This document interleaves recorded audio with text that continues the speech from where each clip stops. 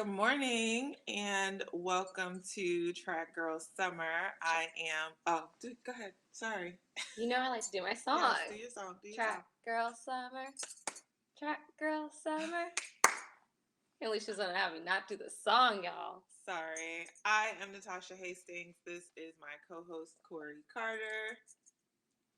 Follow me on Twitter, IG, Facebook, all the things. Natasha Hastings. Follow the Kori Monster on Twitter, IG, Facebook, all the things.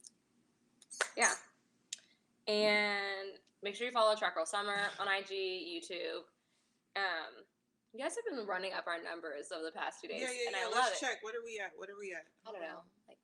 I'm obsessed with it because y'all are showing love. More than 3. I know it's more than 3. We are at 848. Let's get to 1,000 followers before the end of the day. Okay. She's setting goals. So just a reminder, we'll be streaming every day during the Olympics. We'll be breaking down performances, giving our opinions, bringing on some of your favorite athletes. Giving our shady opinions. Okay. I don't know if it's shade as much as I just spit facts and truth. And if you take it as sometimes shade, people take it as shade, but that's okay. It is what it is. Yeah, and we'll have a few shenanigans as always. So first things first, let's get into the lurk. Oh, the lurk. The fashions. The lurk. I take my shoes off, and I'm the mom, so I'm wearing Crocs today. Just a daily reminder that little booties matter. And oh look, we both did it at the okay. Sorry. So today we'll be talking to our special guest. We've got Justin Robinson coming on. We've got Megan Clark coming on, and we'll also be talking about how COVID is affecting the Olympics this year, and also mental health and athletes today. So we have one of my favorite topics. Yeah, I'm repressed, but she's really tapping into her emotions, and that is apparently healthy. So it's gonna be a fun show. I'm really excited. If you guys have questions, comments, go ahead. Always leave it in the chat. And we're excited. So let's get things started. I think we're gonna start talking about COVID, but as we start, I'm gonna pop my little Ollie Pop today. We're doing Ollie cheer. I mean, I don't have an Ollie Pop jingle yet, but I pop that Ollie Pop, pop that Ollie. Today's flavor is cherry vanilla. And let's get into COVID and the Olympics. So one of the things that's interesting to me is that the athletes are doing self-testing, and look at how my pores are solid. Look at the dexterity. The athletes are self-testing, and I have a mole in Tokyo giving me all. We have several moles in the village, but giving me all the tea and breaking down. So basically, what happens is they get a bag of vials every day, and you have to spit. And she was like, "It is the most disgusting thing I've ever done in my life. I hate spit." They just spit in this vial until they fill it up to there's this black line. And Justin's here. Hey, Justin. And then they take their temperature, and then they go onto an app where they do a questionnaire every single day, basically checking in to make sure their health is A-okay. And then they do this drop off. Not bringing COVID into the village. Yes, that would be detrimental. Do you watch Schitt's Creek? Hi, Mom. Hi, Mom. I was about to sign out. See if I could get in. COVID. And then they drop off the vials that they spit into this drop off area, which is just a collection of people's spit, which is really weird. But that's how someone asked. That's how they're able to make sure. I'm checking on it. So that's how they're able to make sure that everyone's COVID free and healthy.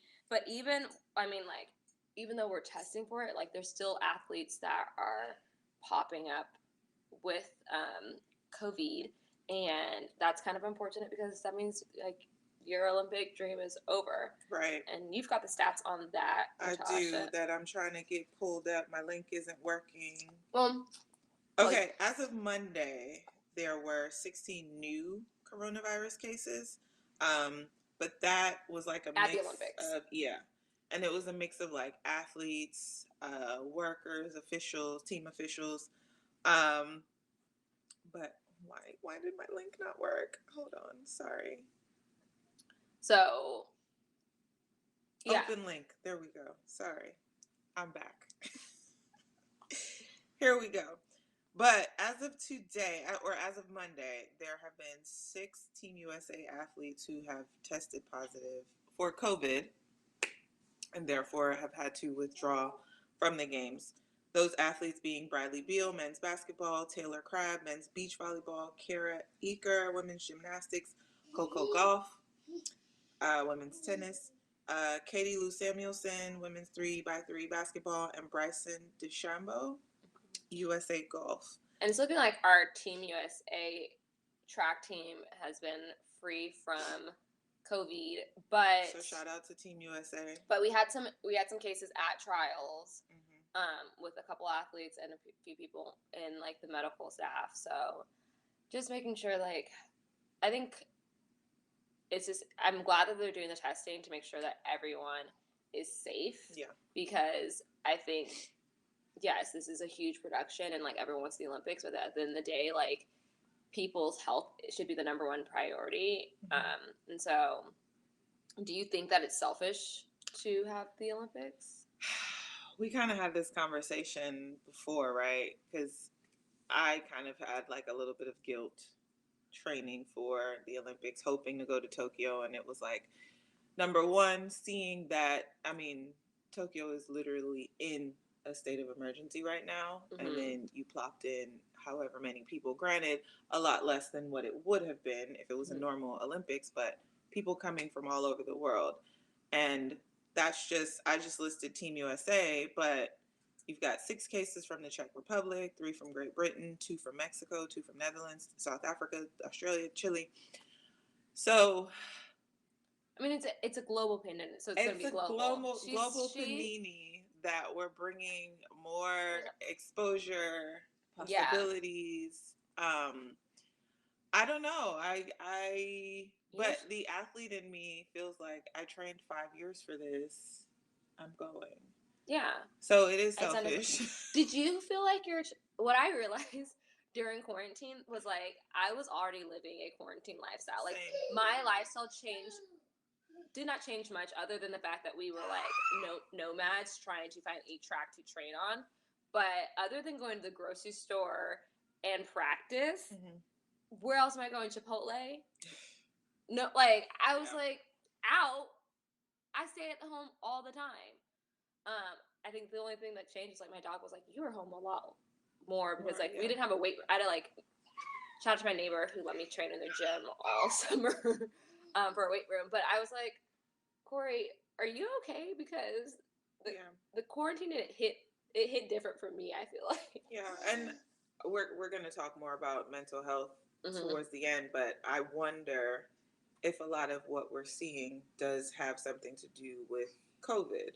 From the aspect of, you know, is it more or less pressure to compete without a crowd, but also without having spectators means no family and friends. A lot of athletes are over there with, at least track and field, we know some athletes weren't able to travel with their support staff that they would normally travel with, right? Yeah. So, yeah, we're seeing COVID have an effect in more than one way than just... And I know me, like, I feed off the crowd when I compete. Like, that's why I love competing in Jamaica. That's why I love competing in Oregon. That's why I love competing in London, because, like, the fans are tapped in and I vibe off of that.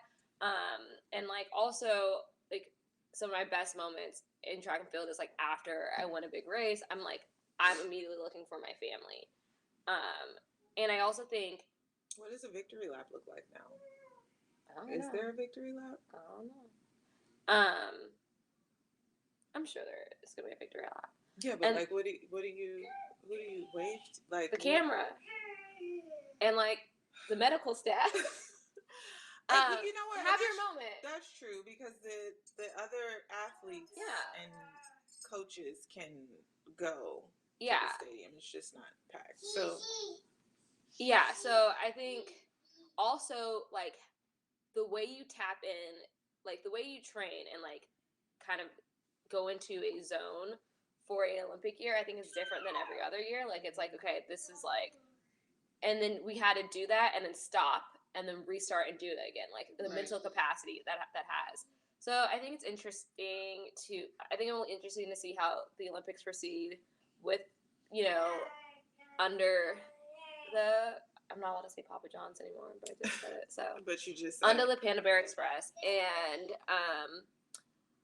yeah, we'll talk. Panda Bear Express. Yeah, the Polar Express. You know, let me just talk about the parallelogram. How I want to talk about it. But I think we'll talk more about the effects on mental health later. But let's start in bringing our first guest, Justin. Yes, Justin. I want to tell a quick little story. As my brother also texted me and said good morning. I also have a younger brother by the name of Justin that I actually named him. I did. I chose the name Justin. So anyway, our first guest is named Justin, not Justin Hastings, but Justin Robinson. He's a 19-year-old phenom out of Hazelwood, Missouri, committed to Arizona State. So I don't know if he's in Arizona now or we'll figure that out when he comes up on the screen. He also competed at the trials this past Olympic trials that just happened. He's the current world under 18 best at 44.84. 2019, he was the under 20 Pan Am champ in the 400 meters.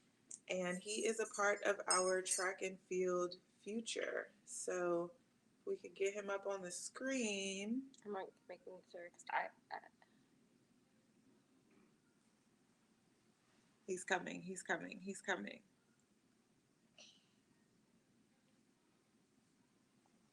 All right. Well, while we wait for him, I'm sure he can still hear me talking.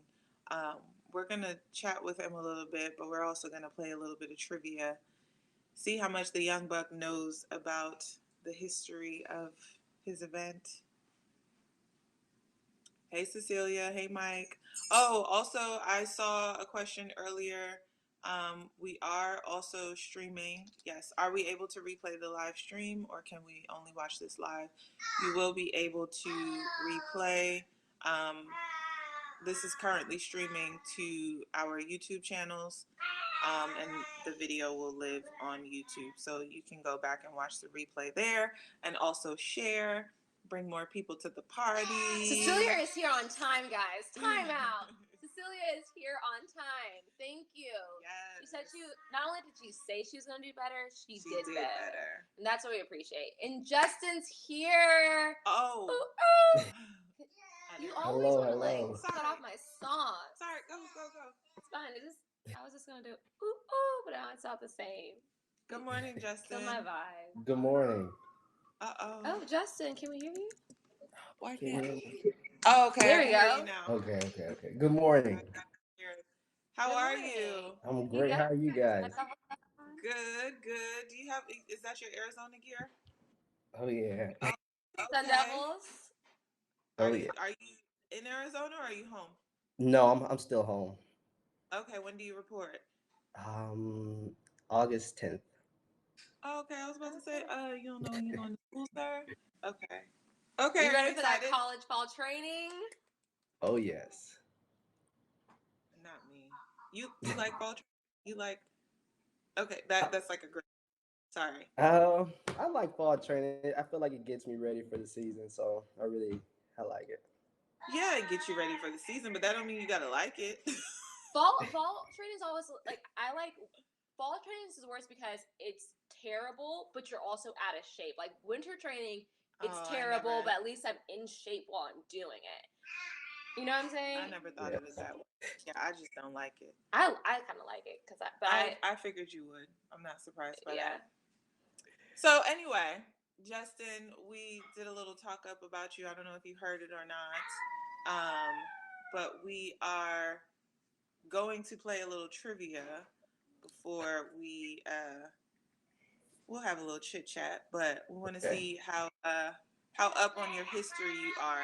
Because you're the future. We want to know if you know about the past. Okay. I might learn a little something. Okay. All right. So your first question is: prior to Michael Johnson, Who was the men's 400-meter world record holder? Don't know that. I just know Michael Johnson. Oh We man. Jeopardy music. Well, he already said he don't know it. He said we don't need it. It was Butch Reynolds Butch Reynolds. at 49. Do you know what MJ's record was? 44-18, I think. Close. 43-18. I mean, I'm sorry. I said the first wrong. I'm But you sorry. had Yeah. It's all 18. right. He knew it. You knew He what knew it it. was. You nervous. It's Yes. okay. Uh, okay, I didn't know this one, but we going. When was the first Olympic 400-meter race contested? That's rude. No, like Did you see his eye? that was rude. That was disrespectful. Just take a guess. It's got to be an even number. This is the only Um, Olympics happening in an odd year. You just gave. Leave me That alone. was I don't even know. I'm sorry. I can't even. 1980. I Already don't wrong. know. 1980. I don't How know. long do you think the Olympics have been? 1896. Man. Someone save this child. He's just a baby.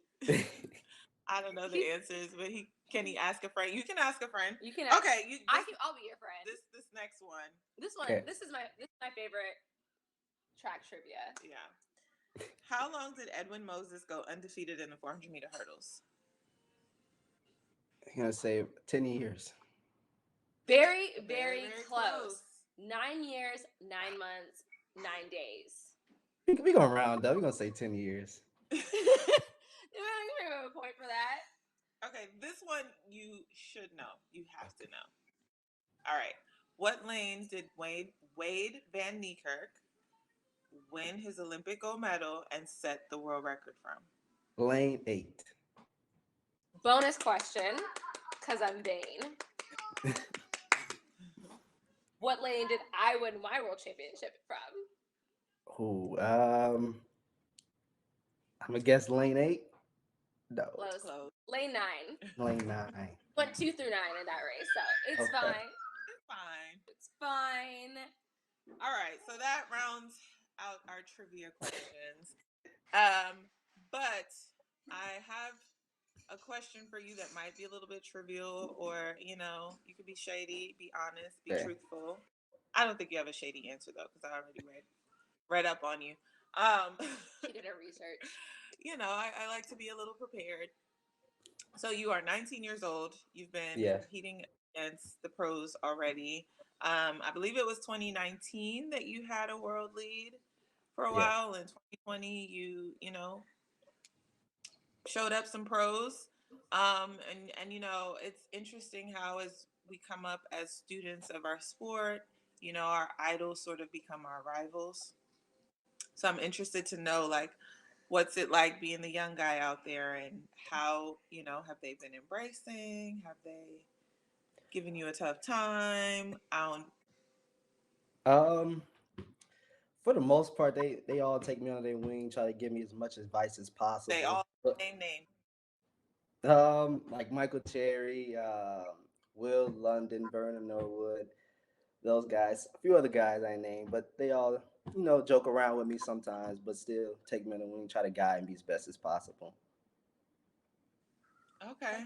I remember my first year as a pro. I think Lashana Demas thought I was so crazy because I'm sure she did. we were at USA's and we're like, I think she was in my semi, and we're in the hipping tent, and I was like, oh my gosh, girl, I love you so much. Da-da-da-da. And she looked at me like, we are about to race. Right. And I was just like, I grew up watching you, da-da-da-da. And she was just like, we don't do that here. And I was just like, okay, y'all want to Did she pray? say that?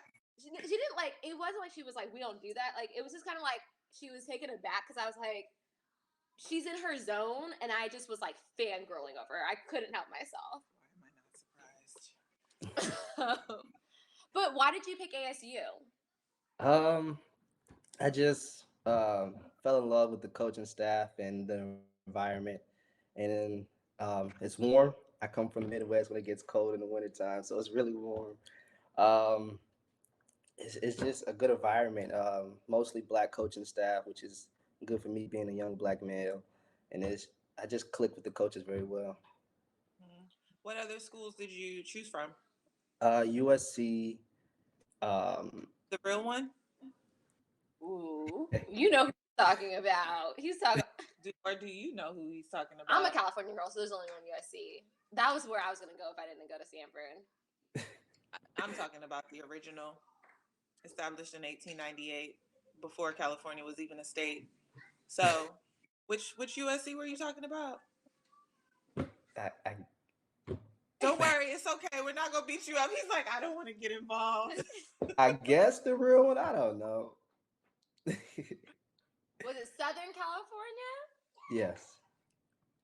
That's who he thinks is the real one. All right, kick him out. Get him out of here. I'm just kidding. Go ahead. someone, someone said that you played a different sport in high school. Yes, I used to play football, Oh, what position? wide receiver. Okay, that makes sense. That makes sense. That threw me off. I had a next question. So was it just USC? Oh, Where else? Baylor and Houston. Oh, Baylor. That Baylor is a quarter miler powerhouse. Yes, But Arizona State, it's hot down there. I know. Um, Okay. so you're about to start school, transitioning from high school to college. Like, what are you looking forward to most? What are your goals for your collegiate career moving forward? I think I just look more forward to practicing with the team again and just getting the whole team atmosphere back going. Because these past few years, I've been practicing alone by myself, just me and my coach. So just having the team aspect again, I think that's what I'm looking more forward to most. But my goals, oh, I really didn't even set any yet. I'm still thinking about those. I usually just wait till I start practice and see how I feel and stuff like that. Then make small goals each week and just make a big one at the end of the season. I think and I think also, yeah, I see that question. I'll get to it. I think also, now going into college, you'll be switching coaches. So I think, waiting to kind of learn your coach, not so much learn your coach's philosophy, but like sit down and make that collaborative plan with your coach Yeah. and then Yes. make those goals. I think that makes sense. So it's fair that you're kind of like, oh, I'm not really sure, but I like the idea that you want to make smaller goals leading into your bigger ones. Yeah. So I'll get to this question and then I have one last question for you. Okay. Or not last question, sorry. Speaking of transition, how or why did he make the decision to switch from football to track? um, I really didn't want to, but my coach sat me down after I made the U18 World Championship team in I think 2018, my sophomore year, and you just like you're better at After this, start focusing more on this. your freshman 400 meters. And you And say like, right now you're breaking up a little bit.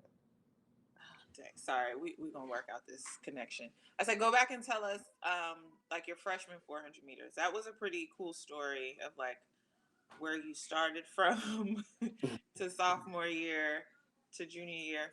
Please don't start like Jessica. I don't know if you saw. I don't know if you saw our stream last yesterday, but Jessica, her starting track and field was a little rough to say the least.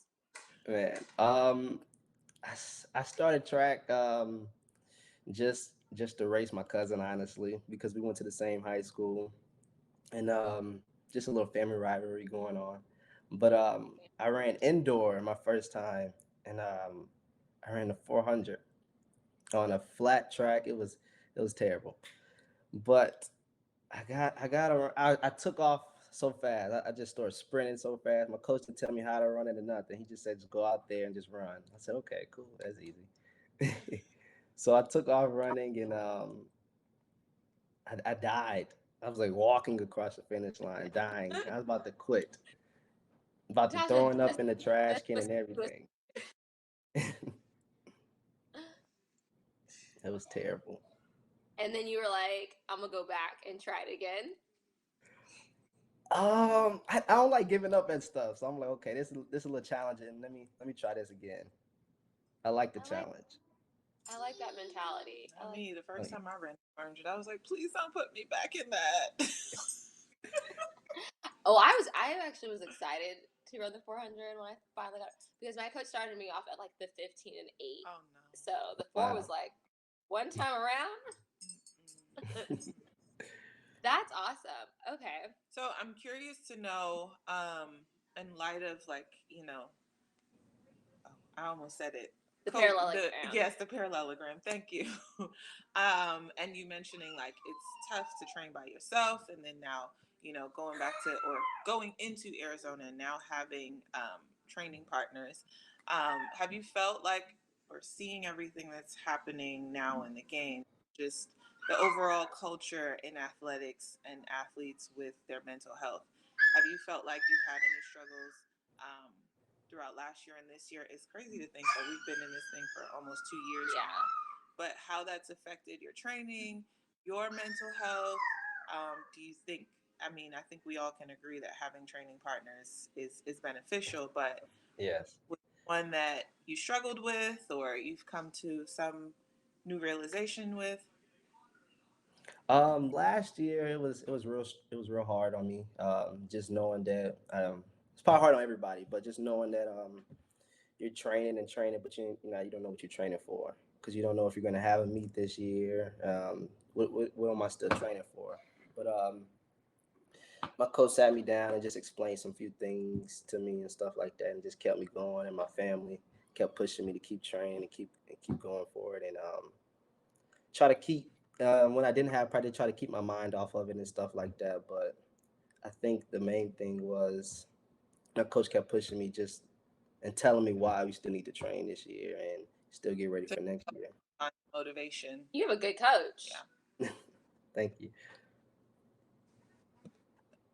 Yeah, I think for me at least, like I felt like I was treading water this Mm-hmm. when the pandemic first hit. Like I'm trying to stay fit in case there's a meet, but I don't really know. And what we do is grueling work, and it's not practice is not fun. But I love my goal is like, okay, work hard because you know you have a race coming up, and I didn't have that to tap into, so I was just like, it was hard to motivate yourself to like, let's do these 400 repeats, and it's like, for what? Mm-hmm.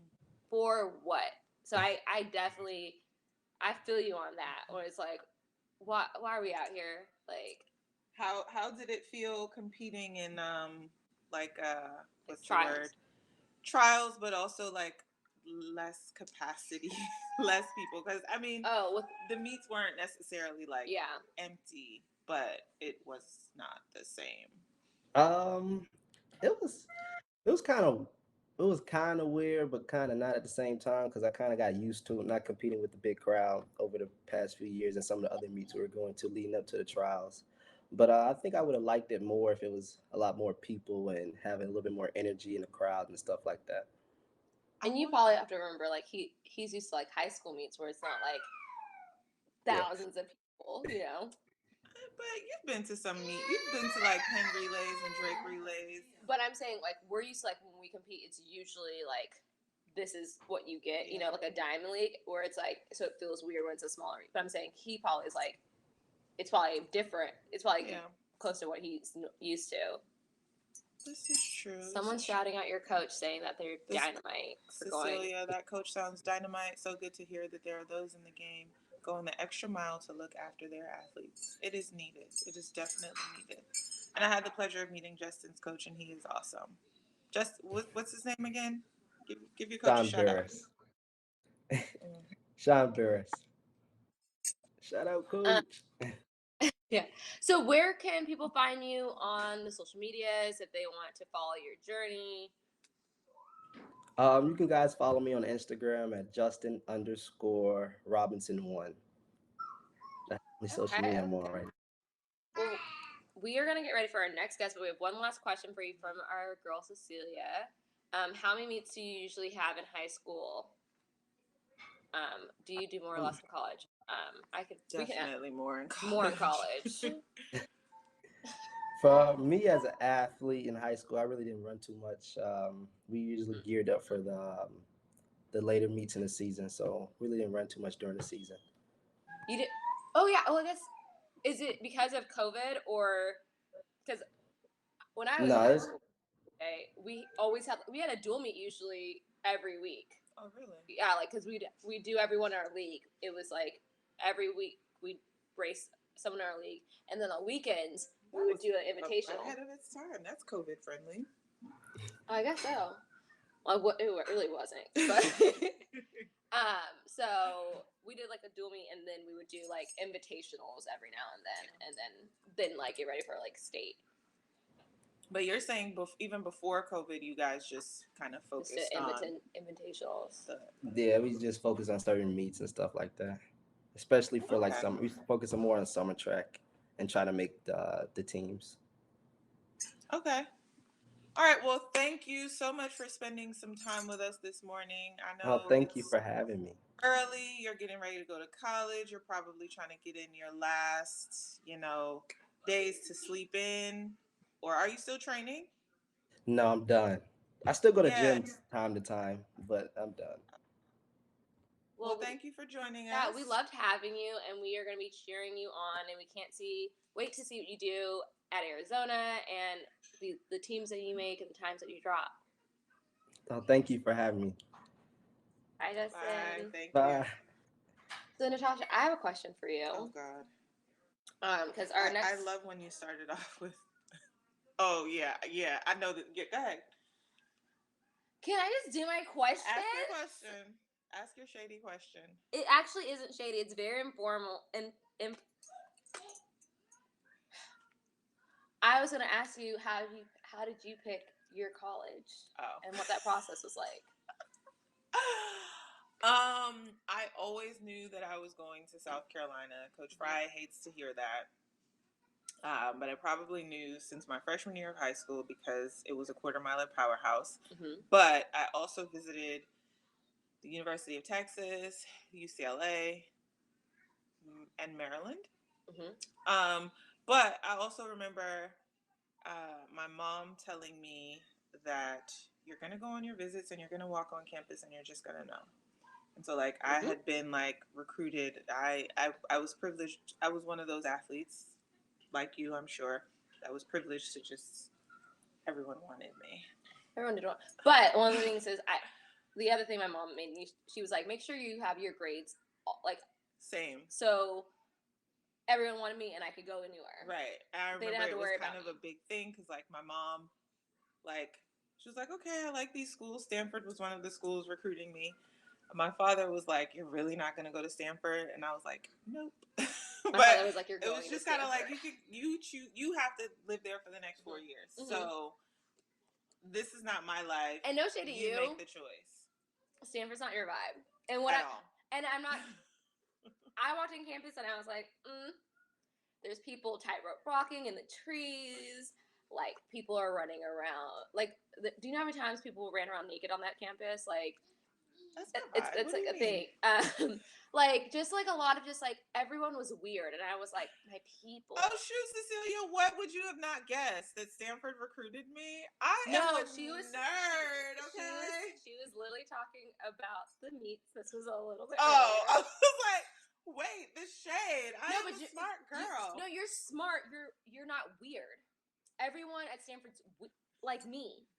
Cecilia, I'm just poking fun. It's okay. But yeah, so continue with your story. No, that was it. Like, my mom literally told me, like, okay, these are good schools. Mm-hmm. You have to live there for the next 4 years. When you walk on campus, you'll know. And I kind of knew freshman year, but then freshman year of high school, that is. But then, as I said, when I got to Carolina, I was like, yeah, this is where I'm supposed to be. Yeah. How did you choose Stanford? I was always going to Stanford. Literally, I think before my freshman year, my dad was like, So my mom saw, this is low-key not allowed, but like my mom saw, I was at JO's and there was a recruiter. Junior Olympics. Yeah. There was a recruiter there and I was still in 8th grade and my mom was like, Stanford, like you need to meet my daughter. And they didn't realize I was in 8th grade. And so it was it was fine. Like they had a whole compliance issue because probably Lena was like, "Oh no, Lena, you go. That's You exactly. go meet my daughter." And it was Mary Jo who was like, it was her first recruiting trip, and so my mom grabbed this lady and was like, "Come meet my dad." But anyways, my dad then was like, "We're flying up to meet the coach because if you're on campus, you can talk to the coach." Yeah. So he was like, "We're flying up to meet the coach." I think it was either after or before my freshman year, and then I ran at Stanford Invite a bunch of times. And so, so you were putting on a show like recruit me. I'm gonna come to y'all look, to see me. Look, because for me, Stanford was utopia. It was like, I'm gonna get an Ivy League education and still be able to ball. That's where I need to be. And see, and I was actually concerned, would I be able to study and compete the way that I wanted to compete? So the thing about Stanford, it was like you'd be at meets and like we'd be in the airport, people on their computers in their textbooks. Like we had to have a rule like you guys cannot study during the meets, just because like everyone was always in their books. But yeah. So then I went to World Youth, and like while I was at World Youth my junior year, like after my junior summer, sorry, it was like junior year summer going to senior year. That was like the time when you could start having home visits. So the day I came home from World Youth, Coach Flo was at my doorstep and was like, "You're signing this." Yeah, that's right. Coach Flo was. Shout out. We've been in this thing for a decade plus, y'all. The internet's gonna get me in trouble. That's sorry. She was talking about my shady. So he was at my doorstep and he was like, "You're committing to Stanford today," and I was like, "I haven't done any visits," and he's like, "You've been to campus, you know what it is." That and I was definitely is against the rules. No, it's not. Because it was in the time frame where it was like the day you you could start your visits your junior year, and then now basically it might have changed, but you could start your visits your junior year, but you couldn't commit until like the fall of your senior year. It was like the day you could commit. The day you could commit, Flo was at my doorstep and was like, "You're committing." No, it was like the day you could Flo commit. Out here cheating. And so I hadn't gone in. Don't talk about my coach, okay? Look here. And so I did one visit to Stanford. Oh, you were sure? Well, obviously you made the right choice. Yeah, but he was just like, "You already know what it is. Like, get your scholarship." And I knew, like, I think he had lost someone to Oregon like the year before, and he after a trip, and he was just like, "No," and he made me like he made me email all the coaches that were recruiting me and like do an announcement on. At the time, it was Mile Split, and was like, "Kori Carter commits to Stanford. Stop recruiting her." He was not playing. I feel like that breaks. It's not actually. It really was.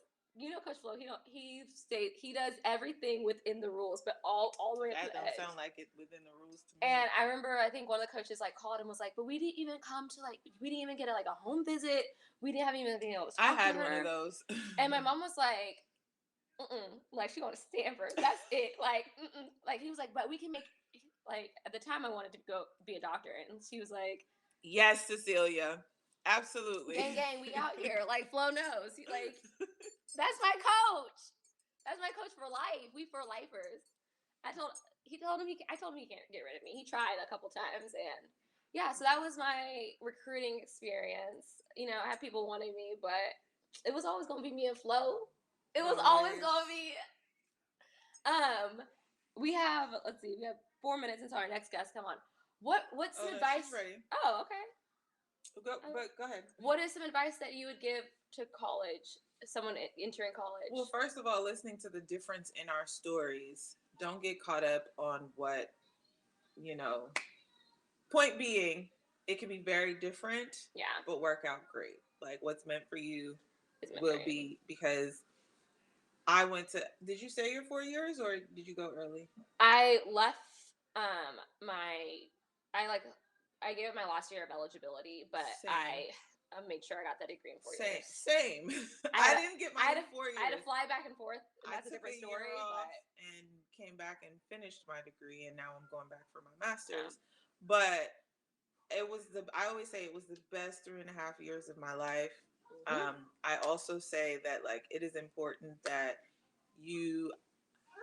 I feel like I've survived as long as I did in my career, because when I was 16, I was a 16-year-old. When I was 19 in college, I was a 19-year-old in college. but I took care of my work. So time management, prioritize, but like, and this is probably more for parents than the athletes. Like, let your kids have the autonomy to make some choices for themselves, because honestly, that was probably the best thing that my mom did in like allowing me to make the choice that like, you have to live there for the next 4 years. Yeah. You have to keep your grades up.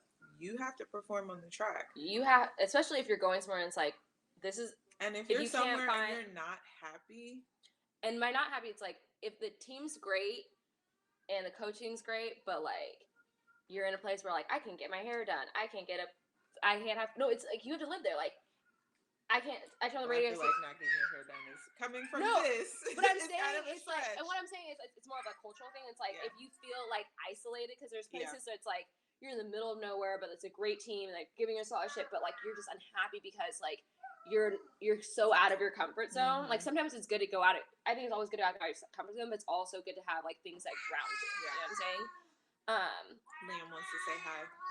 It's not just like I'm saying here as like a overarching thing in that like if you are just like if you are at a Let's call a spade a spade. Like, If we you're need at- to be around our people. You know, it's hard being one of. Yeah. So sometimes if that's what you need, then don't be afraid to like, and I love now too that like we're starting to see some HBCUs that are like performing, and Yeah. they're able to recruit these top level athletes and like bring that talent to HBCU. So whatever that looks like for you that you need, whether it's an Ivy League education, I need weird people. That's what I needed. you want to be in a HBCU situation, or you just walk on campus and feel like this is the place for me. Yeah. And then Do I feel that. like something I always tell college kids, especially making that transition from high school to college, right, is kind of give yourself grace because sometimes you get to college in your freshman year, you just struggle. And I'm like, And that was me. I struggled my freshman year. And one of the reasons why is a lot of times you have a roommate who's usually your best friend. So now you're having a sleepover every night. You're not getting 8 hours of sleep. Yeah, mine's now she's going to be my OBGYN. Right? Talk about best friends. You're not with your mom, and she's not telling you eat your vegetable. That's how the freshman 15 happens. Like you don't have your mom being like eat a salad, and like you go out at night and you come back and you're like, oh, we had at Stanford late night, so you would get like chicken nuggets, pizza at 3 a.m, and that's how the freshman 15 happens. Like, and I said you ain't sleeping. If we're gonna be real, like. I didn't drink. I still don't drink. But if you drank in high school, you couldn't get wasted. You still had to go home. In college, you're still under 21, so you But I'm shouldn't. saying, So let's talk about something else. But no, what I'm saying is like if we're letting out the college secrets. No, what I'm saying is kids drink in high school and in college. That's a thing. But in high school, at least people do. What I'm saying, but in high school, you couldn't get wasted. You had to lay your head down at someone's house, even if you didn't go home. You like somebody's mama's house. In college, there's no one monitoring you like that, and like that's how I'm trying to be real because this is what happens. I feel you. And so, like let's be real. And so those are things that can happen. Those are that can happen to you when you get into college is that you just don't have like your parents making sure that you're staying in the bounds, and you have to kind of regulate yourself, and that can have a huge effect on your performance because your diet, your sleep, all those things are getting affected, and also on top of that you have a new training load. You're probably lifting when you didn't lift, so you're just a whole new program. You're working with a coach who doesn't know how your body responds to workouts, so you're learning that coach's program. All these different things. So if you just stay where you are from senior to high school to freshman year of college, I feel like you're in a good place because you're in a transition. And I feel like a lot of kids get frustrated, and it's like that's just part of the growing pains. And also like you're going up against athletes who've been in a collegiate training system, and the U.S. collegiate training system I feel like is the best development program in the world, and who've been in it for. We're also biased. Why does everyone come here then to like? I'm just pointing out that we're also biased. But also, let's bring our next guest on. Yes. Well, okay. So I'm already queued up and ready to Okay. go. So we have Megan Clark coming on. She went to Duke, where she has the indoor and outdoor school record in the pole vault. More smart people. Yes, we're excited to have her on. Hey guys. Megan! Hi. Also, before you get in, yes, people, come to FanFest to get in on the chat. Cecilia mentioned that, but I want to say that for if you have any questions for Megan, us, come to FanFest to get in on the chat so we can chat with you. Yes, and we have Megan, the pole vaulter. That was funny for me. Bring the culture to pole vault. Hi, how are you? How are you doing? Good. It's good. It's so hot here, but you guys know that. Where are you? Yeah, where is In Fayetteville, Arkansas. Okay. Yeah. So we're excited to have you on. First of all, like, I only know 2 black pole vaulters, and you're one of them. So I just think that's so amazing because I feel like we were talking about yesterday, like us getting into spaces that we're normally not seen, and I think it's really, I feel like having us in all the events is also going to be inspiring for kids who like, because representation matters. Mhm. And I remember yeah. I wanted to try pole vault and they wouldn't let me, because they were like, get on these hurdles. You're not built for it. Yeah. Just said, See some. So how did you get into pole vault? Like, So let's get into actually, it. I started as a gymnast, right? And I tried a That makes bunch of different events. Yeah, gymnastics is the perfect feeder system for pole vault. So having Yep. role models like Dominique Dawes and Gabby Douglas and Simone now should be a really good way to get more black pole vaulters in the game. But I started. Yeah, go ahead. Can you explain? Because I'm like, I know why it makes sense, the transition from gymnastics to pole vault, but can you break down why it is helpful? Like they have helpful skills. And Yeah, how they so the transfer. kinesthetic awareness that you build in gymnastics is exactly what you need for pole vault, right? You swing really well, you know where you are in space. Usually you have to get over the not being able to run correctly issue, because in gymnastics you run on your toes a lot, and having to fix that's usually everyone's biggest problem. But you know where you are. And in pole vault, that's so important because you can move the bar, you can change the pole you're on. So being able to figure out where you are in space relative to everything else is so important. And just not being afraid to go upside down. Like everyone's like, oh, aren't you scared? No. Yeah. She said no. No No. fear. God is not giving you the spirit of fear. We love it. And you can see that also you have a lot of upper body strains from this video right here from Mozelle, your sponsor. I think they're going to play it. Or I play it? There we go. I thought the producers were doing everything. we're still figuring out how to work this. Come on, upper body strain. Come on, bicep, tricep, deltoid. Let's get it. How high is that? Sorry? How high is that? I don't know how high it is, but it's to the roof of Randall High Tyson. enough. So it's the height of our high. indoor facility.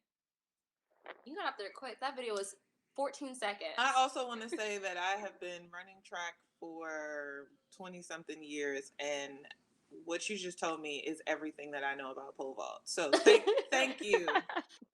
Point being, like, we need more, like, I've watched there are the only event, of course, but like you breaking down, like being aware of your spatial awareness and like where you are being upside down. I never heard it broken down like that. So thank you. Yeah, and it's interesting You just guys- because it's exactly the same every time. So like hurdles, you know that your steps have to be the same or else things get wrecked. Pole vault is the same thing because if you're not consistently the same down the runway, you can't make changes at the pit.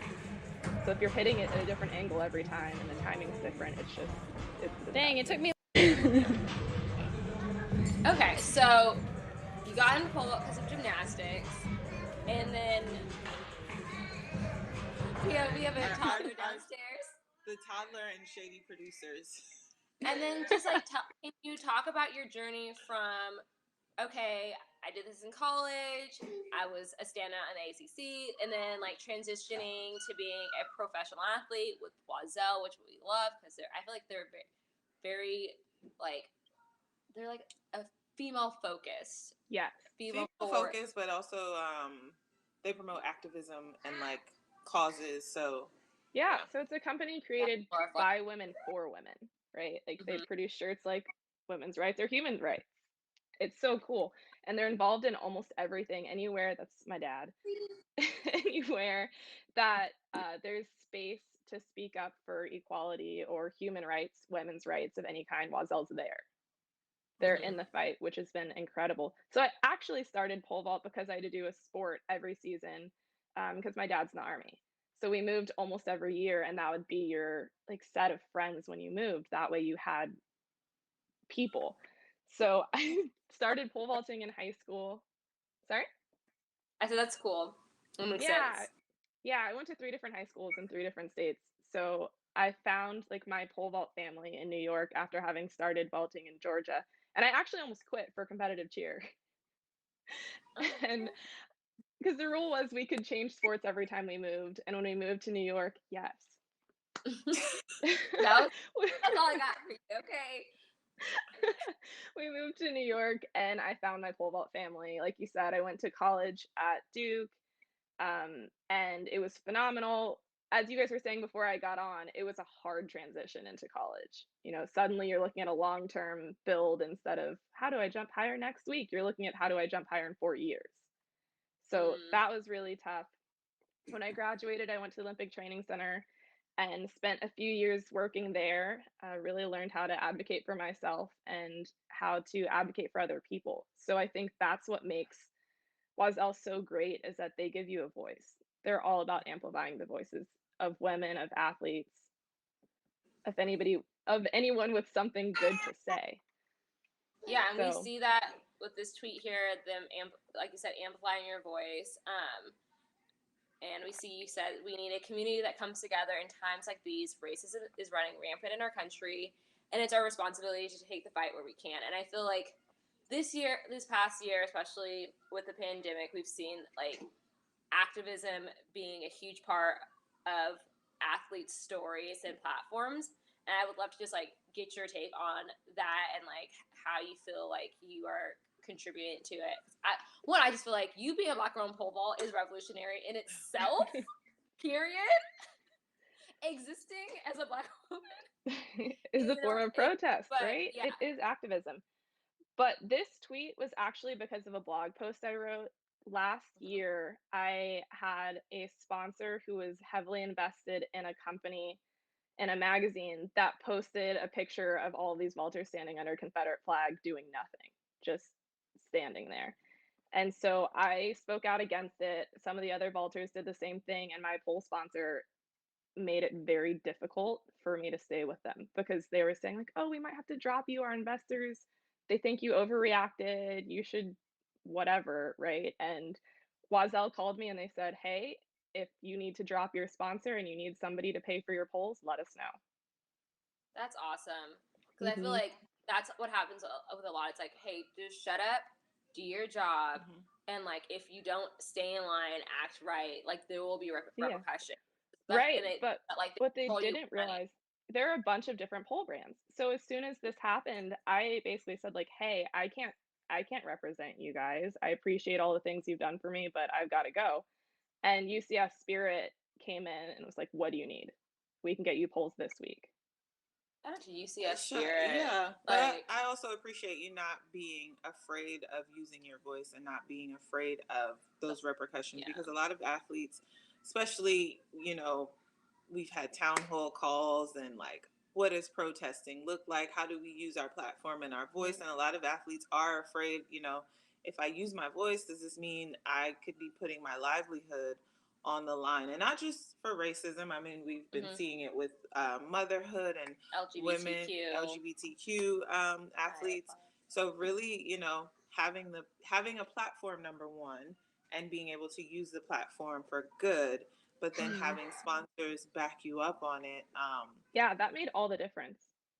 Because it's Yeah. scary to put yourself out there. You don't know how people are going to react. You don't know if it's you overreacting or if, if they're right. Do you have a voice here? Do you have space to talk? Is it up to you? But I feel like, especially in pole vault, where there are so few people of color, you have to. You have to speak up because if this is what we're putting out in mass media, that it's okay for us to have club teams that have Confederate flags and all sorts of stuff hung up in them, and that we're just okay with that as a community, people aren't going to want to be a part of it. Yeah. And I think especially with companies, like I know that like technically we are products, you know, like but we're also human beings, we're people. And like I think it's so interesting to me when people are like, well, you guys are athletes, you guys should just shut up and play, you know, shut up and compete. And it's like, y'all, we can say the same thing. You're just a lawyer. Just shut up and sue. Like, you know, like Yeah, we're your human expertise ends with your career, actually. like, and we have these platforms because we're very talented, but like I feel like as an athlete, we have an obligation to our community to stand up for them. And like, it's like, I also love it's like on one hand, it's like shut up and compete, but then when we do something else, it's like, but you're a role model. Like, right. Which one do Which one do you want? Do you want to only influence and inspire kids when to it do suits you? when it suits you for your agenda? Yeah. And I also see that you do a lot of promotion of Feeding America on your page. Like you are using your platform for good, which is awesome. Is there like a special connection to why you chose to be an advocate or ambassador for Feeding America? It was just something that Athletes for Hope was a part of, and they've been really helpful getting me involved in the community. Like I worked with them in the Ronald McDonald House and just wellness in general. I'm actually starting medical school in 2 weeks. So come on, medical school.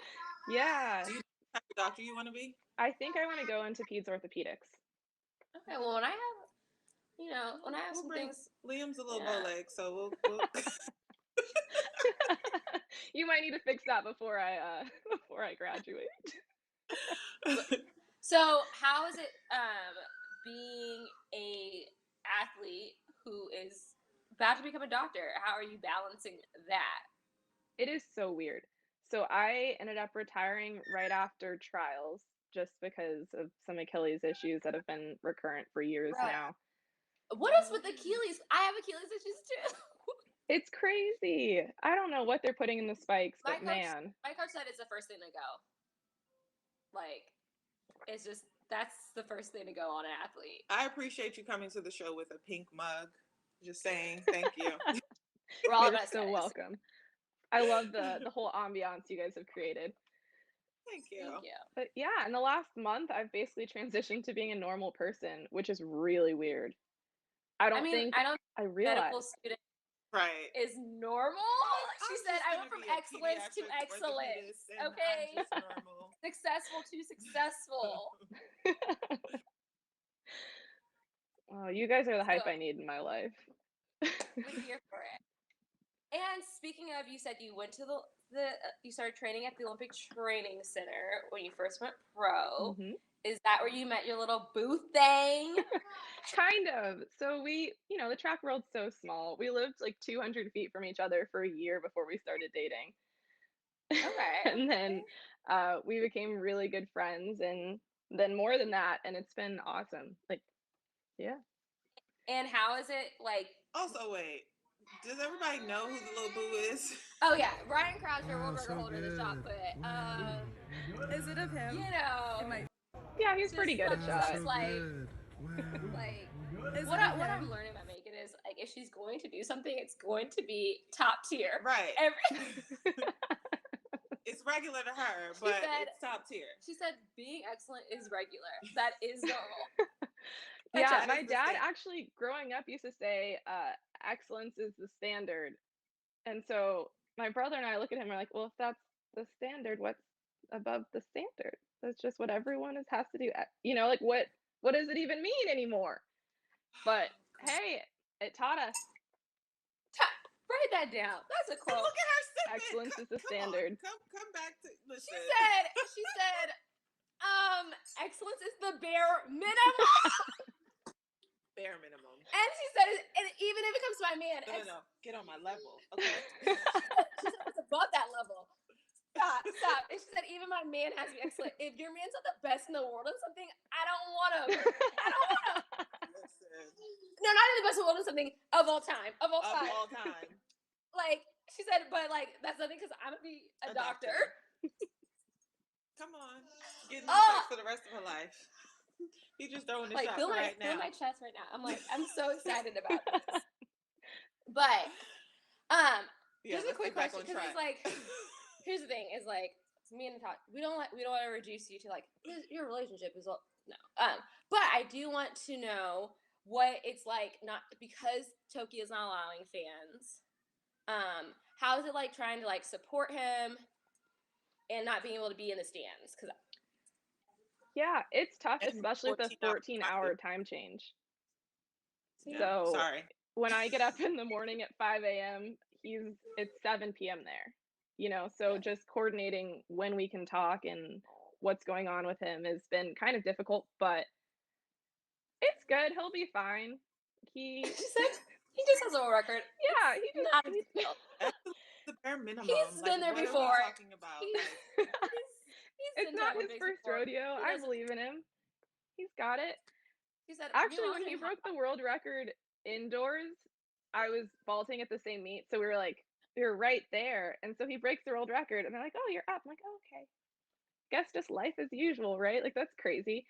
And then it was a Sunday, and they don't sell alcohol here on Sundays, and of course we were not ready with the champagne, so it was ice cream all night. It was great. I love it. But the next time I was ready. Yeah, and when he broke it outdoors, we were ready. We have. You didn't catch that. Wait, what? The first time he broke the world record, yeah, we didn't have the champs. But the next time, he said, "If you stay ready, you ain't gotta get ready." Yep. And here's a picture. He's taking a picture.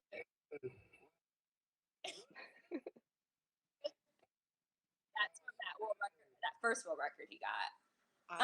I love it. Actually, Ryan was on my first team I ever made, youth, and I always would make sure. For some reason, I was always sitting with the throwers at mealtime. The throwers, honestly, is like the coolest. Yeah, the throwers and the jumpers. And I always make sure, like, if we got pizza a bunch of times because we were in Italy, and I kept stealing. Oh, it was my second team because it was World Youth, and I kept stealing an extra pizza because I was like, I'm sitting with the throwers.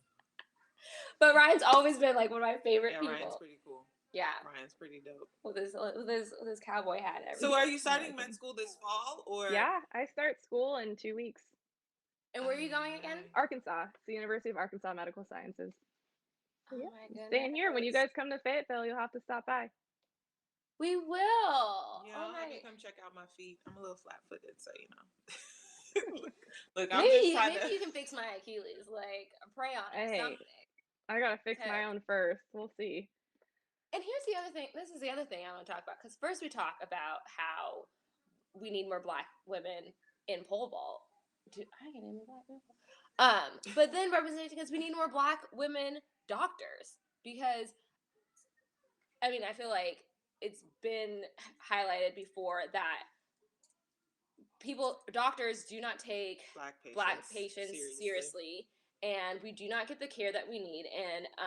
And I think having Black doctors you can actually relate to, who actually take your concerns seriously, is very important. And like, everything that you're doing is what we need. And I thank you. I was gonna say thank you in advance, but yeah, can you talk about that though? Yeah, so I think that there's a lot of trust issues in the Black community with medical professionals, right? Just because of the history of it. You've got, obviously, Tuskegee, and the syphilis experiments. You've got anti-vaccination in our community. So yeah. Mm-hmm. Yes, but you've got why? What? It's not unjustified. It's justified. Right. Yeah. There's a very troubled past with the Black community in medicine, just with research and all sorts of things not serving communities the way they should.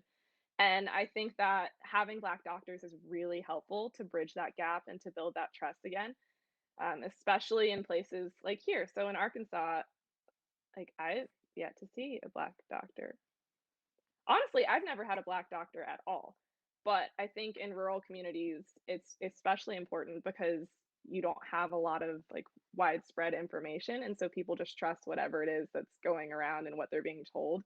And you have communities where generations and generations have never really seen doctors that they trusted. And so there's no like basis for care there.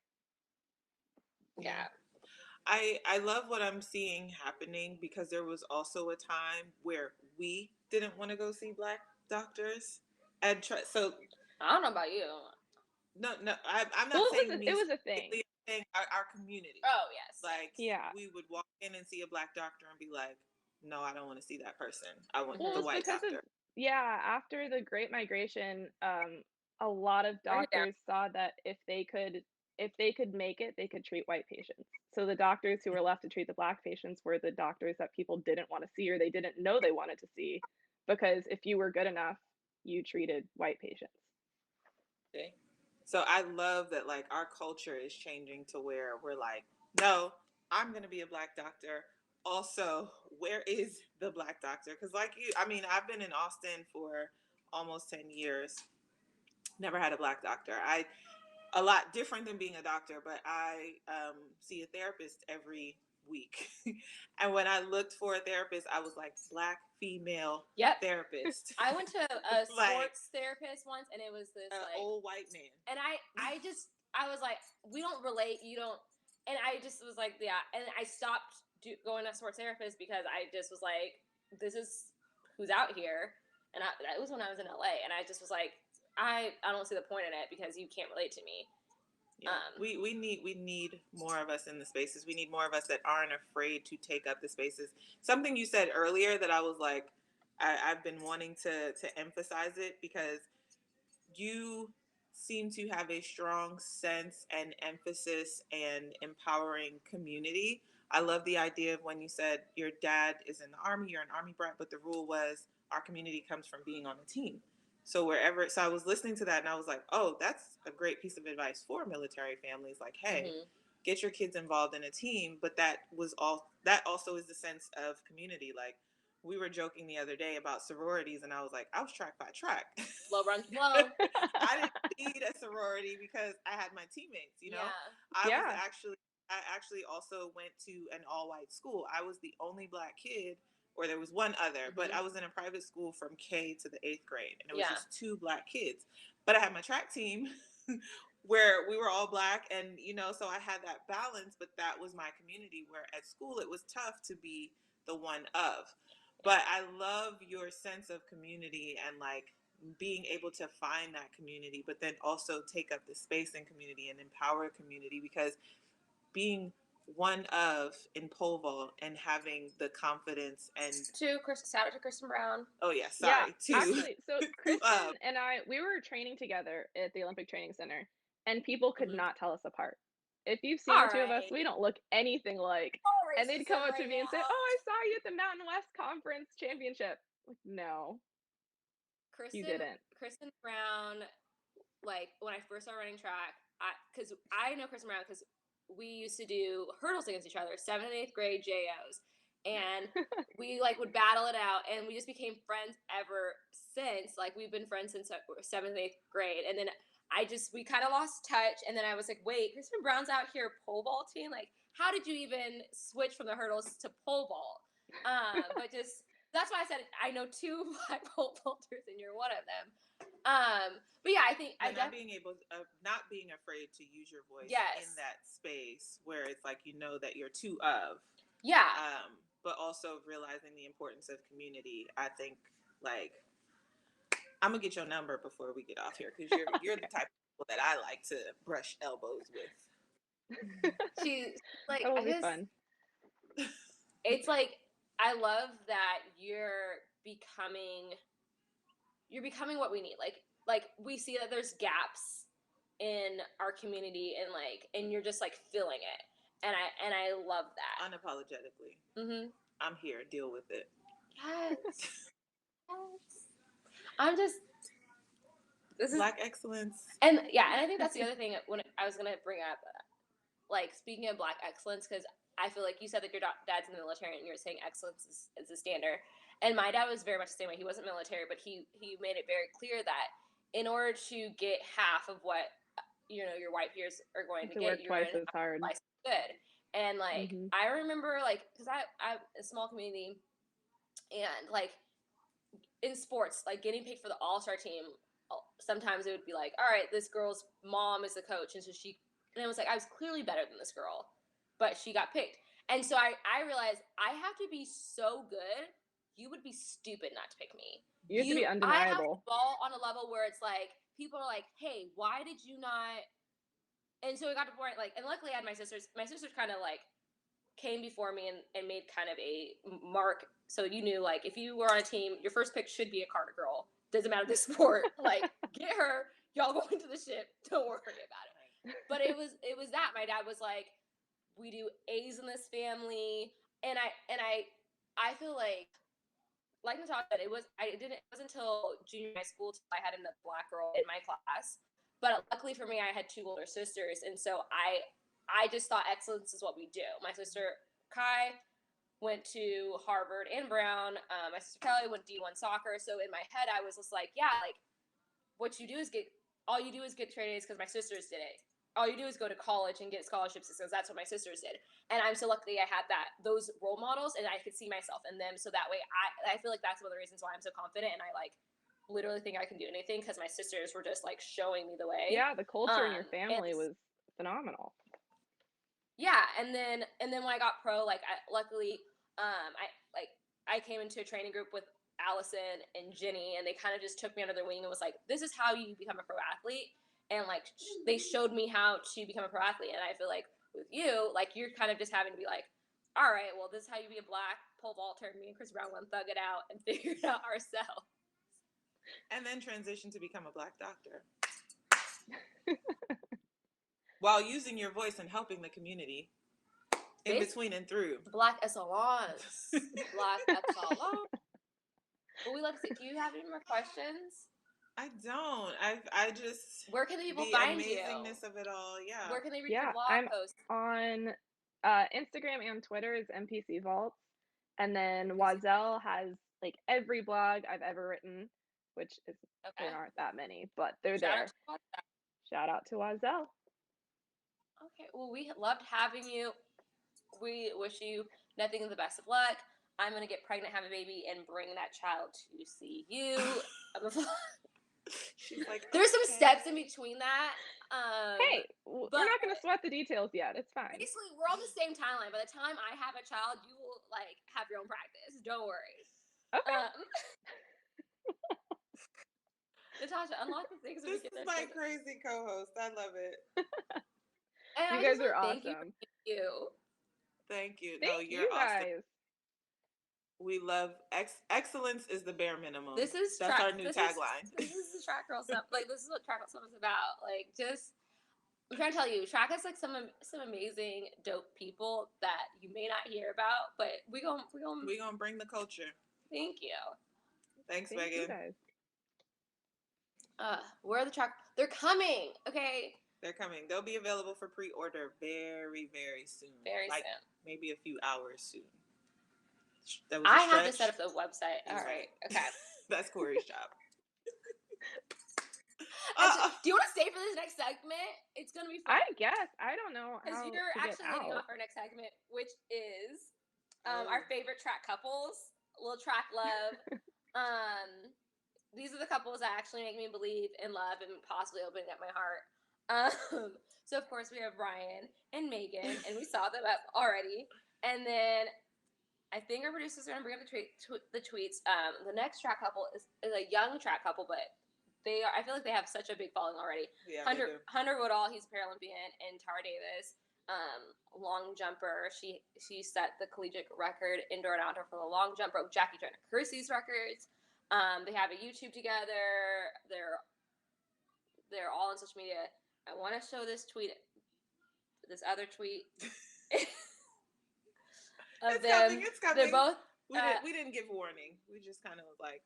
True. Tara made the Olympic team. Hunter made the Paralympic team, and like, look at them, so cute in their little outfits. Superheroes, athletes, lovers. Okay. Does he train here in Texas too? I told you not to ask me questions I don't know to, because I thought he. Listen. This Olipop is amazing. And I like how Tokyo says Cherry vanilla. Their love is right on track. So yeah. Oh, I was like, what did USATF? We see what you did there. I didn't read that part. I like that. I see what you did there. Yeah, okay. And they're all on the social media. media. In Fayetteville. That's what I thought. But I didn't want to. I was like, I'm not sure, so don't. We don't have all the answers, you know. But we do have all the questions. But yeah, and if you wanted to see like Generation Z, Is right? that what they are? Gen Z? Gen Z. Aren't you Gen Z too? I don't know. I feel like I'm on the cusp. I feel like I'm a millennial. I don't know. I'm me. You want to be a millennial. First of all, I'm part of your generation. She keeps trying to like push me out. Like I know you're older, Natasha, but anyway, let's keep it moving. but I'm not that I only much have younger. 29% battery. What did I do? What did I do? Okay. Sorry. I thought I just like clicked out of the live.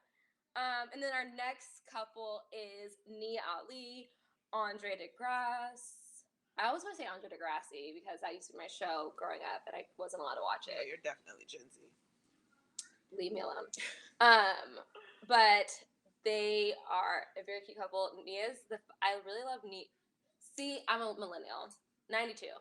This is Andre tweeted this of Nia. Why is it doing this? I don't know. What did I do? Why is it doing this? Okay. You guys have to click it for us because because for some reason it's opening another window. I've opened like 6 tabs at this point. Yeah. But they have like the cutest kids in track and field. No, they don't. Liam's cute too. I ain't talking about nobody's kids, but my kid is the cutest baby in track and field. That's gonna be our next segment. We go head-to-head competitions on cuteness. Oh yeah, we should have the baby Olympics. Yes. So all the BK riders like Allison, Jenny, and Dawn have babies, and I was like, I'm about to pop out a kid. I'm a former BK rider too. Well, I want my kid on the relay, and I was like, it'd be perfect because like the age gap would be like exactly the same. Mm-hmm. Anyways, they have a cute kid. If you haven't seen Nia Ali on TikTok, it is the best, and she does like little. You haven't seen her on TikTok? They're cute. Oh, I thought you were gonna say something. No.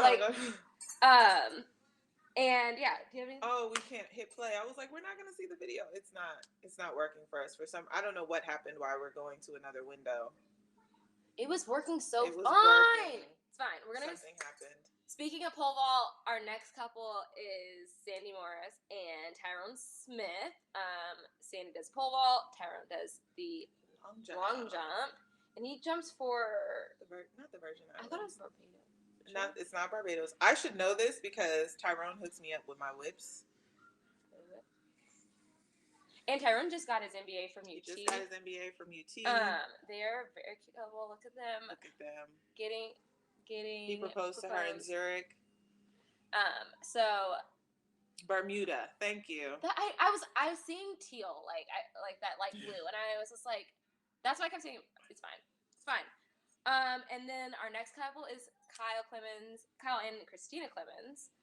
We talked about Christina in one of our early lives because she had the Doritos earrings and is now getting that Doritos bag. But they actually just opened up a barbecue restaurant together, which is so cute. Is it in Kansas? I told you stop asking questions. But I think it's called Gold Medal Barbecue. Look that up. Go support the Black businesses. Yeah, I love Black business, track business. So they're married. Kyle runs a 400. Christina Clemens runs the 100 hurdles. Christina will be at the Olympics. I was to say, be sure to check her out in the 100 hurdles in Tokyo. Yeah, and Sandy made the team too. So my mom's calling me. And then come on, Lena. We're streaming, Lena. Our next couple is one of my favorites, Queen and Will. Like, I'm just a fan of them. Their like, vibes. I'm into Hive or whatever. I don't know what it is. Vibes. They're just aesthetically pleasing to me. They serve looks together. They have this one picture. We're putting up a different picture, but they have this one picture where it just gives me like Love Jones. Yeah. Like, stop. Their Queen posted a story sometime this year when Will was competing, and like he was walking to the call room. I remember this. And he turned around and he looked at her and he was like, "You good? You need anything?" And she's like, "You're about to go compete. Why are you asking me what I need?" I do agree that Queen should be casted as FloJo, but that's a different.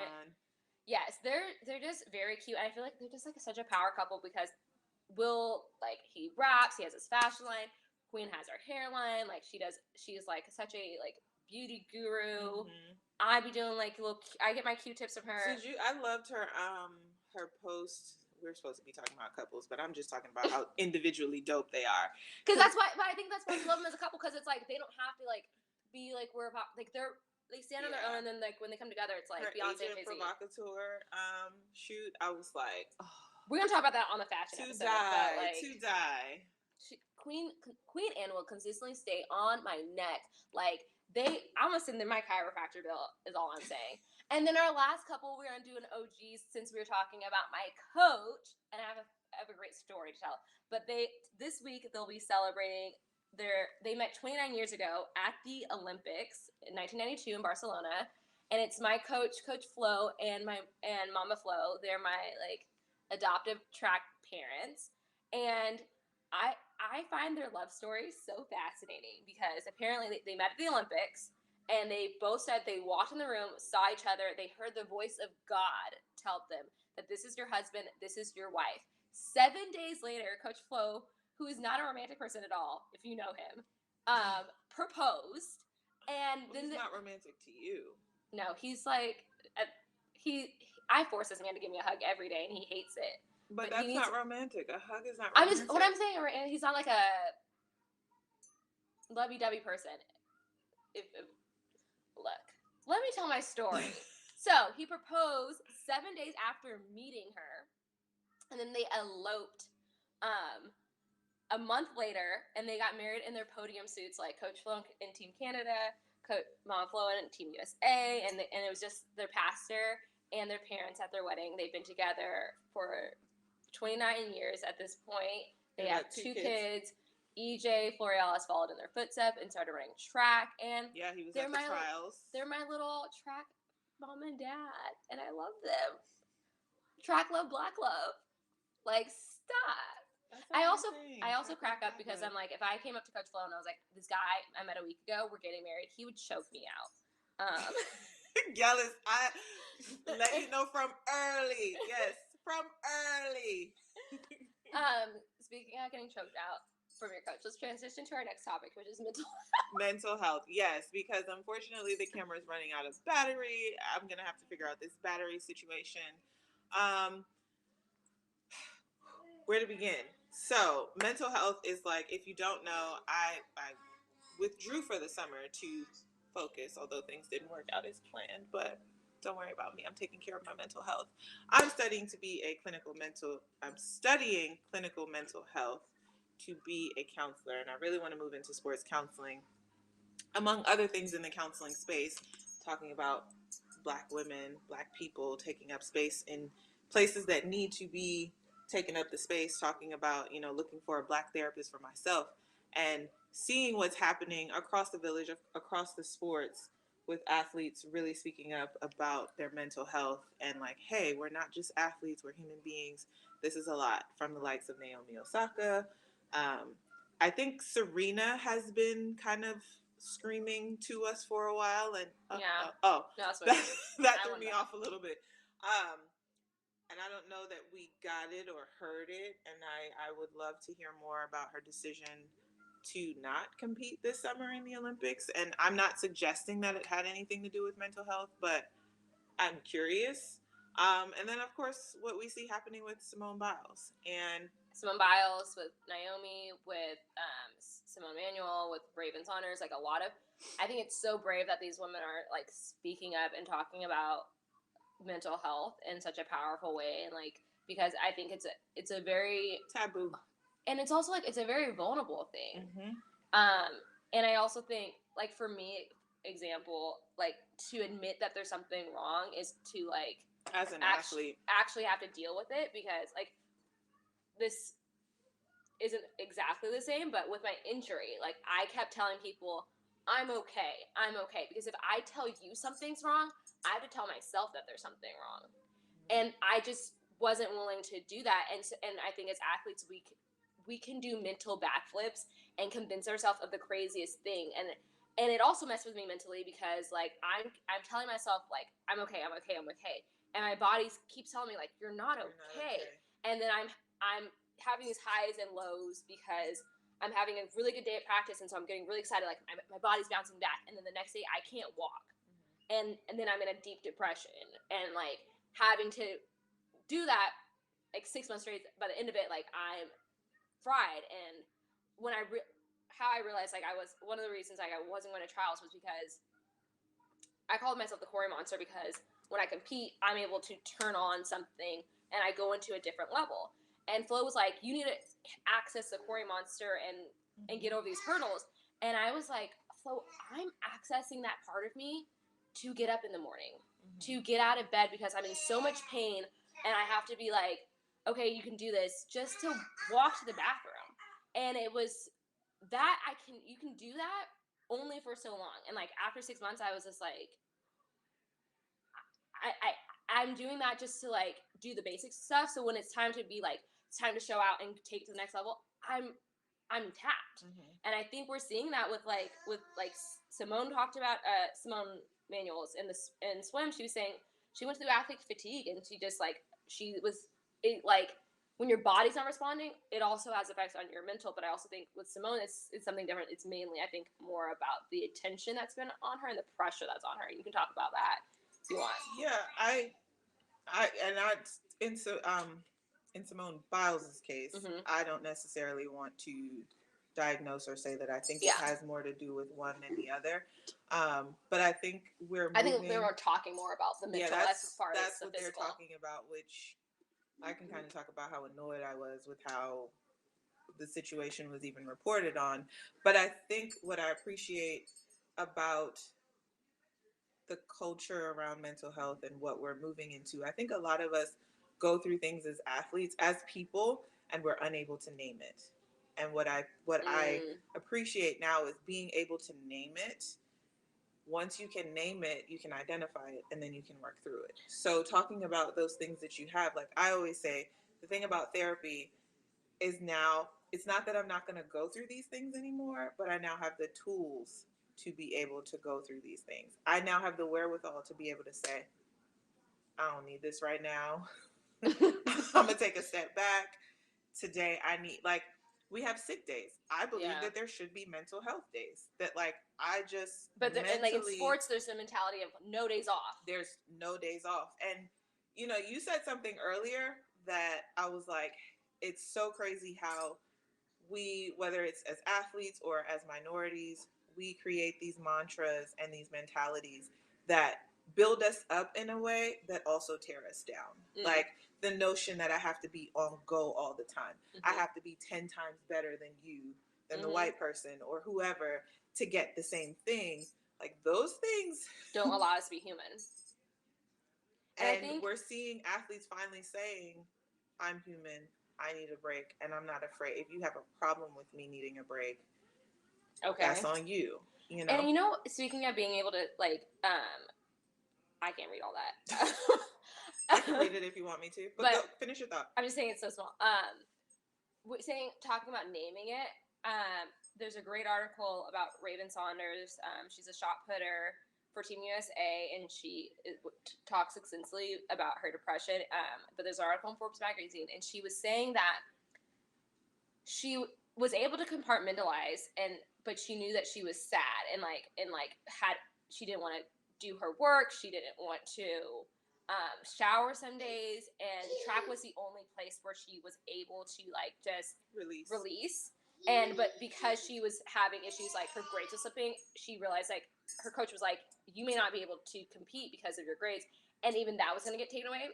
And she said that she didn't realize she was depressed because the way in the Black community they talked about mental health, you only have mental health issues if like you're on a 5150, you're you know, psychotic, manic, you know, like. I've even heard some say like the Black community doesn't have the luxury to be depressed. Like, true, I don't have a choice. I've got to go out and do this because how am I going to put food on the table? But she was saying basically like she didn't think she didn't recognize she had a problem because the only problems that were like valid was like, you're crazy, that crazy person, homeless person on the street, schizophrenic, and recognizing like, like I actually have like depression, and then being like, and that's something that I need to actually address and handle is huge. Right.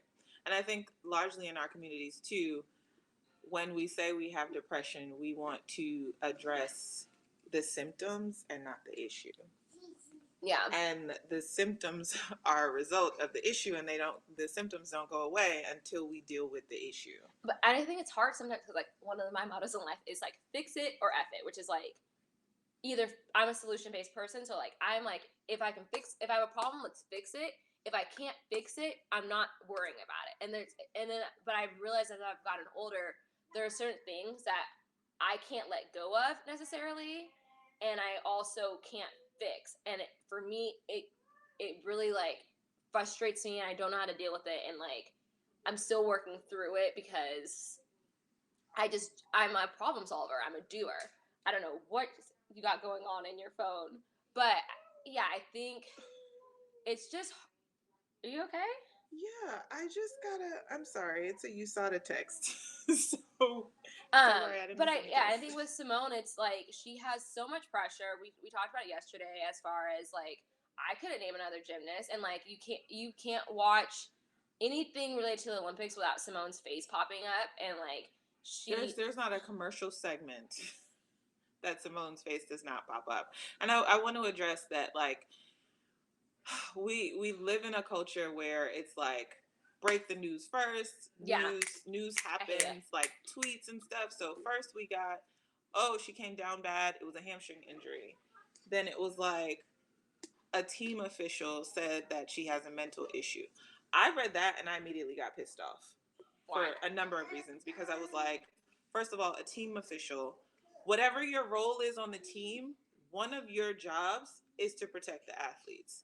And mental issue, I don't know if that was a miscommunication, that maybe the reporter heard it that way and then reported it that way, or if, but in my mind, I'm just thinking, here we go, trying to paint this black girl, this amazing black girl who's already been villainized for her talents, as someone with a mental issue. So even the verbiage of how whatever it was that she was going through, or whatever it was that made her choose to take a step back, I was like, here we go with the BS. Yeah, and I think it's so mentally taxing when we do on just a regular basis, because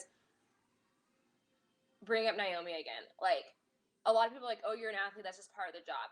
Okay, tell me what job you have to do live in front of thousands of people, and perform, and then those people get to judge you, whatever, and then if you fail, thousands, actually with Naomi it's millions of people watch you fail, and then you have to go and talk when you're at your lowest moment, go and talk to people and get on a camera and answer questions about your failures. Some people can't even handle a review some people can't even handle a corporate review at work, but you think, oh, okay, like, you should just be able to, like, if you really break down what we do, like, it is mentally taxing, and it takes a lot of fortitude, and at some point, like, if you're not all the way there, and there's other, and not to mention, like, we're people with regular things that happens in our life, like, we have all of that, and then having to, like, be on that day. I think Simone made mention, and I hope I have a few thoughts swirling in my mind that I hope I don't lose, but yeah, Simone made mention of, like,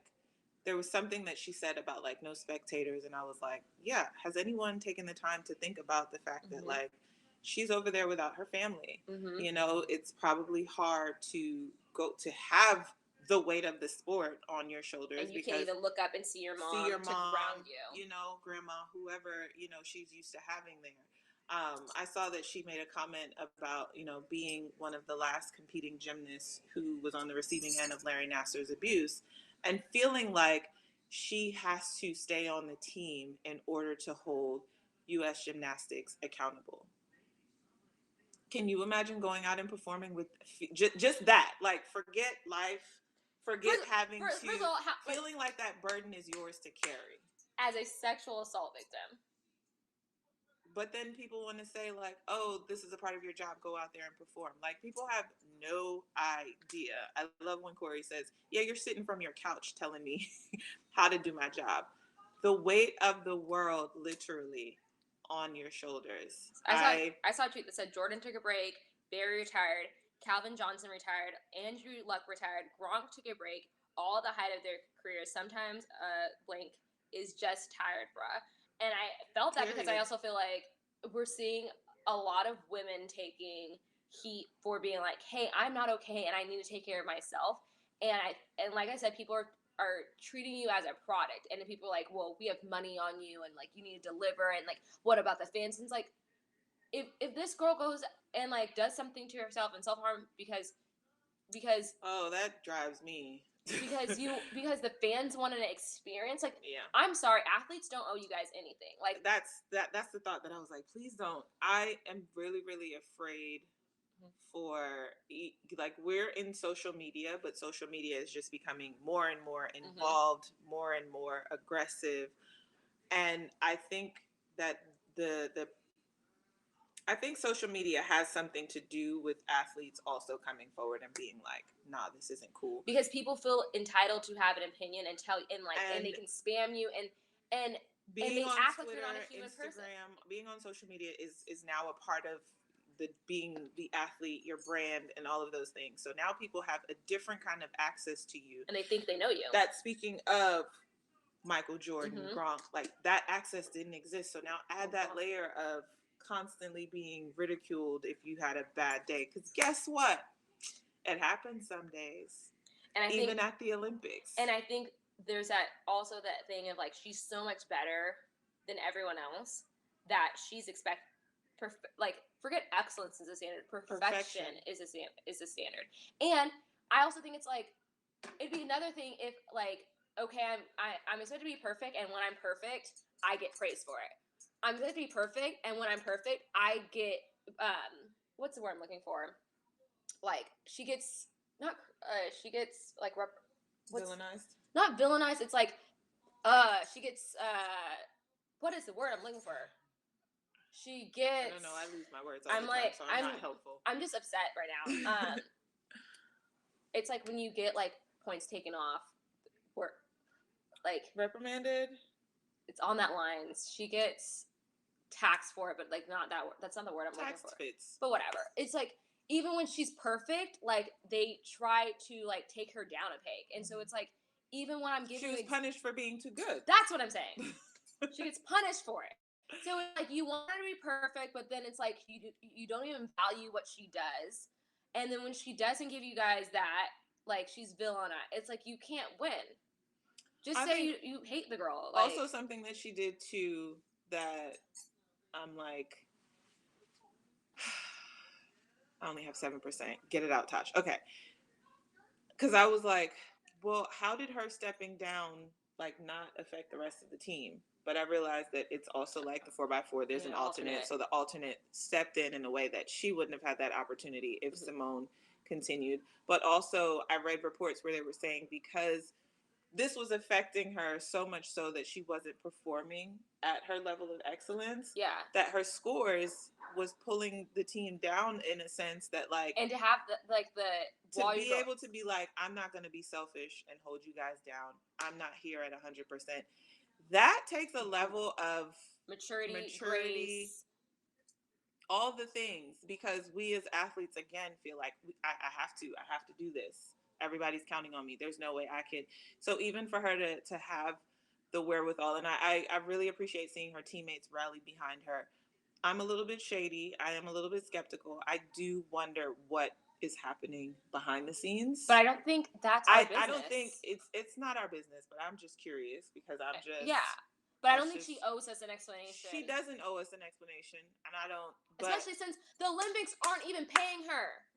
I mean, her sponsors are, but the Olympics aren't even paying her to be there. These, since Aisha, Aussie basketball player Liz Cambridge, removed herself from the team for those similar reasons of being in a bubble, emphasis on bubble, and not having the support that she would be used to. Cecilia, Aisha, thank you. Deducted was the word we were looking for. Thank you. Oh my gosh, I just cannot get it together. Cecilia, how many people quit their jobs during or after the pandemic? Why doesn't this make sense to people? Exactly. Why doesn't it make sense? Shamir Little will be on.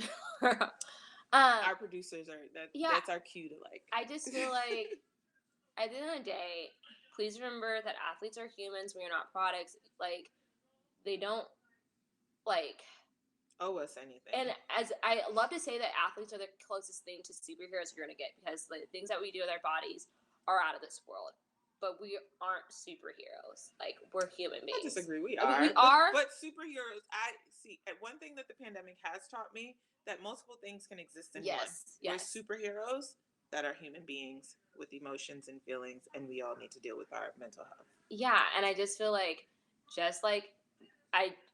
there are people who are like, can't cope with things in their daily life. Like, we have those exact same things, and then we have to go out and perform in a job where the pressure that's in our job is like, hey, if you lose your race, like, if you're a teacher and you have a bad day, no one's coming in and being like, well, we're taking 10% of your paycheck.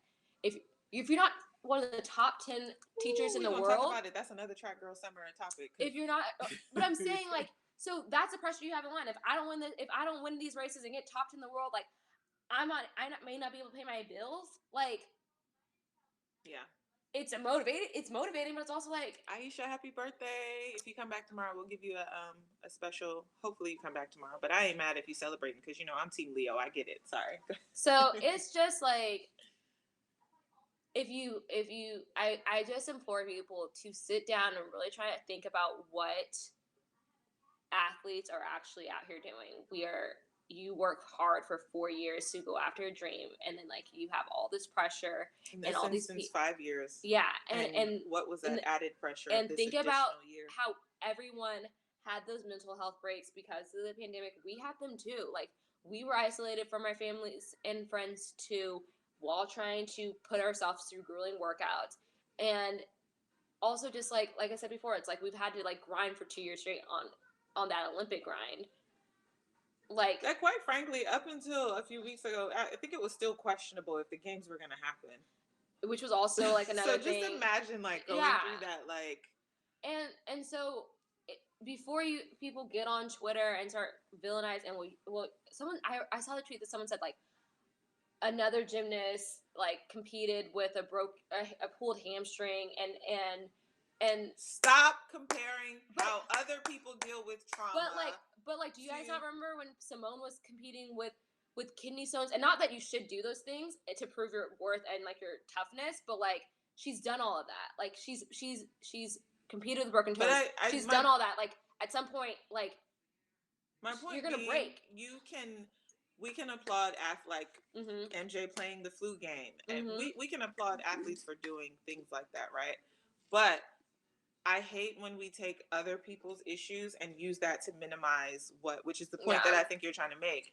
That we take how other people have dealt with, or even you being able to get through another time. She said that she competed while being sexually abused. Let's stop. Let's just stop. Exactly. Like, let's stop using other people's traumas, other people's situations.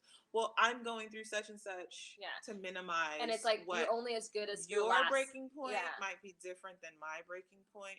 Whatever the breaking point is, you crying out and saying that, or not even crying out, just being like, I'm taking this break. I respect that. And I feel like, let's respect that. Let's normalize asking for a break. Or she didn't even ask for it. She took it. Yeah. But let's normalize not being afraid to, like we said, not asking for it and putting our mental health And I don't think this takes away from anything she's done. I feel like we live in a culture where you're only as good as your last. I think it elevates what she's done. Yeah. But I feel like we live in a culture where you're only as good as, like, your last performance. And you guys forget all these amazing things that she's done. Like, okay, she faltered once, but, like, she's giving you everything. But I feel like we're running out of battery. Track Girl Summer. Do you love Track Girls? I feel like I just, like, don't have. My heart's heavy. Well, the place where my heart should be, because I'm dead inside, guys. But let me stop. But it's just like I don't know. I hope you guys are enjoying this. I feel like we had some really good conversations. We had some great conversation. Thank you guys for joining us today. Be sure to follow me, Natasha, everywhere: IG, YouTube, Twitter, Facebook, all the things. Follow Track Girl Summer on Instagram and YouTube. Can't wait to begin the last ones. We are working through things. As far as yesterday's stream, I think we have this is streaming right now, so you can go to Track Girl Summer and watch this. The replay. We are at 8:52 on Instagram, so come and follow us on Instagram. Join the party. And we guys will see you guys tomorrow, same place, same time. We'll have Shamir Little, who is one of my favorite people to compete against. She's extremely funny. And remember, no matter what time of the year it is, it's always a track girl summer. Do you guys like that as an outro line? Tell us. We love your feedback. I think it's healthy to take a mental break. It's just very stressful. And track girl summer's gonna be life. We're trying, guys. All right, that's our show. Thank you guys so much. We love y'all. See you tomorrow. Bye. The camera didn't die. We made it. They liked our outro. You're on charge of like cutting us off, but like I'll just keep you. Or do we cut ourselves off? I thought you cut us off. Like that's what you did last time. Did I? Or maybe they did. I don't know, but we're still on camera. It's fine. We're cute. I did an eye thing today, guys. It's a white liner. It may not be good, but like I just learned how to do like the makeup and the contours. So now like, you know, Mr. Steal Your Man, Mrs. Steal Your Man out here. Natasha's I ain't got a man for you to steal, so I wouldn't though. I'm not saying I would take your man. I'm just saying he wants to get taken. That's what I'm saying. Natasha's so tired of